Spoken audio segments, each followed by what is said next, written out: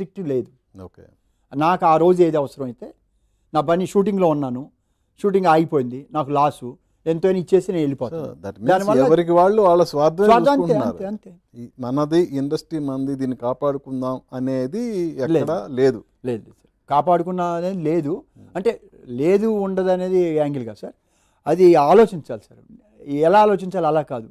నాకు గుర్తింపు వచ్చింది ఈ ఇండస్ట్రీ, నేను భగవంతుడి దయ వలన ఈ పొజిషన్కి వచ్చాను, ఇంత దీంట్లో ఉన్నాను, నా వంతు సాక్రిఫైస్ నేను ఏం చేయాలి, నాది ఎలా చేయాలి అనేది కనుక ప్రతి ఒక్కరిలో ఆలోచనలో వస్తే ఆటోమేటిక్గా వస్తుంది సార్. మీకు గుర్తింపు ఎక్కడి నుంచి వచ్చింది సార్?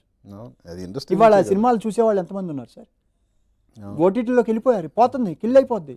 ఇంకా కొన్ని రోజులకి ఎవరు ఉండరు, ఓన్లీ 4 కంపెనీలు ఉంటాయి, ఫారిన్ కంపెనీస్. అప్పుడు ఈ డిస్కషన్స్ లేవు, ఎవరు లేవు. ఇప్పుడు ఆ డబ్బు అయిపోయింది అనుకోండి, ఆ 10 కోట్లు ఏదో ఉంటుంది కదా, అవి కూడా అయిపోతే ఎవడు ఉండరు, ఆడ కనపడ్డు. డబ్బు ఉంటేనే వస్తుంది ప్రాబ్లం. ఓకే, ఇది ఛాంబర్ గొడవ. అవును, మీ ఏంటి, మీరేం ప్రొడ్యూసర్గా చాలా గ్యాప్ వచ్చింది, ఆర్టిస్ట్గా ఈ మధ్య ఎక్కడ కనపట్టలేదు, ఏంటి, ఎందుకు అంత? లేదు సార్, నేను ప్రొడ్యూసర్గా అంటే నాకు బిజినెస్లో ఉండేది సార్. నేను వేరే బిజినెస్ ఉంది, నా ఫార్మాస్యూటికల్ కంపెనీ ఉంది. అంతకుముందు డ్రోన్స్ ఉండేది, అబ్దుల్ కలాం గారు స్టార్ట్ చేసిన కంపెనీ. అది మంచి రేటుకి ఏదో చేసుకున్నాను, అయిపోయింది. నేను కొత్తవి చూస్తూ ఉంటాను సార్. నాకు ఇప్పుడు మోర్ డివోషన్లోకి వెళ్ళిపోయాను sir. Okay, more into devotion. ఎందుకంటే నా డ్యూటీస్ అయిపోయినాయి. నా 3 పిల్లలు సెటిల్ అయిపోయారు, 4 మనవాళ్ళు, మనవడు మనవరాళ్ళు 4. సో మీ వారసులు ఎవరు లేరు? దీంట్లో లేరు. 4 ఇంజనీర్లు, 2 డాక్టర్లు. నాకున్న 3 కొడుకులు, 3 కోడళ్ళు. నాకు ఇంకేం లేదు. నాకు ఇప్పుడు ఏంటి, ఇంకా నేను తీసుకెళ్లేది ఏం లేదు, నా డ్యూటీస్ కూడా లేవు. నేను ఫస్ట్ నా పిల్లల్ని చదివించటం, వాళ్ళ పెళ్ళిళ్ళు చేయటం, అంతవరకే నా బాధ్యత.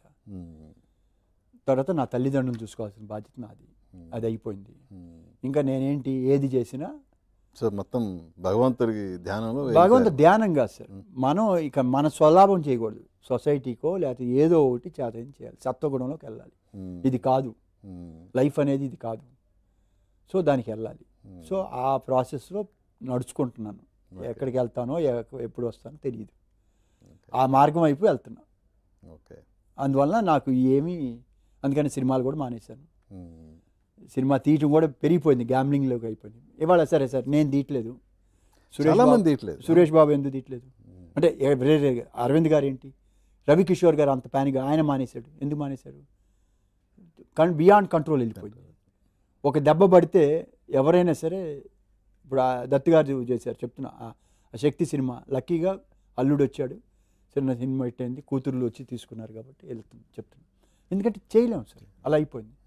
నటించడానికి వెళ్ళాం అనుకోండి, అసలు ఏముందో తెలియదు, తీసుకెళ్ళి ఆ క్యారవాన్లో పడేస్తారు, కూర్చోవాలి, ఎప్పుడు వస్తుందో తెలియదు, మైండ్ ఖాళీ కూర్చొని తిరుగుతూ ఉంటాయి. ఎందుకు? అందుకని వద్దు, నాకు బ్రెడ్ బటర్ కాదు, ఎవరికో ఇంకోటికి ఉపయోగపడుతుంది కదా బ్రెడ్ బటర్, అందుకని అది కూడా మానేస్తాను. ఓకే, చేస్తా, ఎవరైనా ఫ్రెండ్స్ ఏదైనా చేస్తే డబ్బులు కూడా తీసుకోండి, ఎప్పుడో ఉన్నప్పుడే 5 సంవత్సరాల క్రితం తీసుకోండి, ఏదో చారిటీకి చేస్తాను. ఓకే, అది ఒక సాటిస్ఫాక్షన్. కనీసం నేను వర్క్ చేస్తే ఆ డబ్బు ఏదో అనాథాశ్రమానికి వెళ్తుందో వాళ్ళకి చెప్తాం, మీరు అక్కడ ఇచ్చేయండి, వీళ్ళకి ఇచ్చేయండి, నాకు సాటిస్ఫాక్షన్ అంతే. బియాండ్ ఏంటి సార్, ఎంత కావాలి నాకు? ఓ మనిషికి ఎంత కావాలి? భగవంతుడి